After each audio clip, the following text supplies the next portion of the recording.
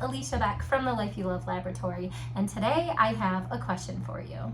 Are you someone who has struggled making decisions, whether in your personal or your professional life?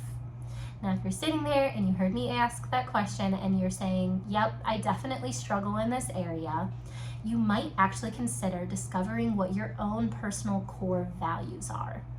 In discovering your own core values, it can help you make decisions that are more value and aligned and make you feel more confident overall in your decision making.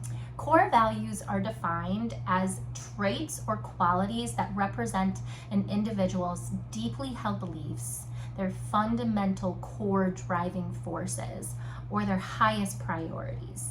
They're kind of like your character, how you act, how you behave, and what you are like. I always think of core values as sort of like this internal compass that can help you go the right way throughout life. They help guide you and make sure that you're going in the right direction. Some really good examples of some core values are things like authenticity, positivity, empowerment, balance, courage, things like that. Okay, so now let's talk about finding out what your personal core values are. So you can go sort of one of two routes here. Actually, there's probably many more, but if you have the Moonshot Guidebook, if this is something that you have purchased, you can actually find a list of core values on page 81, and you can do this activity right here.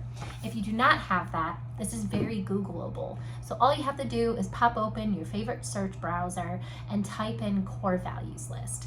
Make sure it's a list that you feel inspired by. Look through the list, make sure it has a lot of words that you feel excited about, and then you can go to work.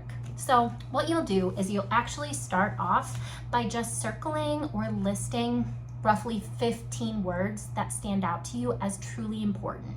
What's resonating with you? What feels right? So you'll go give yourself like 2 minutes and come up with 15 words. And I do think it's actually really important to time yourself doing this activity because it will give you this urge to just pick what feels right. Trust your intuition on this one. Okay, so now that you've got that list of 15, you will want to take that list of 15 and actually dwindle it down to your top 5. And so here you'll take 60 seconds to take that list of 15 and figure out what your top 5 are.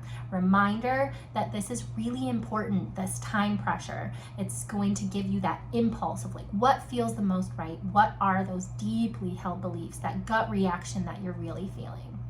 So now you got your top 5, but guess what? It is time to dwindle it down to your top 2. And this might arguably be the most difficult step, or it could be the easiest. It all depends. So you'll want to take 30 seconds here to come up with your top 2. What are the 2 that feel the most you? They feel the most right. They feel the most important. So make sure you take 30 seconds and dwindle that list down from 5 to 2. Now you've got your 2 personal core values. The next step you will want to do is actually define those core values for yourself, because everybody has a different definition for the words that they chose. I mean, I think of my own word, balance. Mine is really focused on my own balance between my family, my friends, my work, and making sure that those are all harmonious and not spending too much time in one area. And so it's really important to define those words for yourself so that you have a clear understanding of what courageous means or what positivity means to you. Okay, so now you have your top 2 personal core values. So you have those top 2. The next step is to define what those words mean to you, because everybody hears these words and they have a different definition for them. And it's really important for you to really clearly articulate what it means and why it's important to you.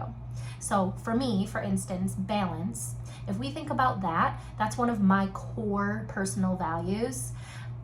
Many people could define that as like having actual physical balance or something like that. Mine is truly about having balance between my work, my friends, my family, and making sure that those are all harmonious and that I'm not spending too much time or too much energy in one category and the other sort of get neglected. So that's why it's important to really spend some time to define what those words mean to you.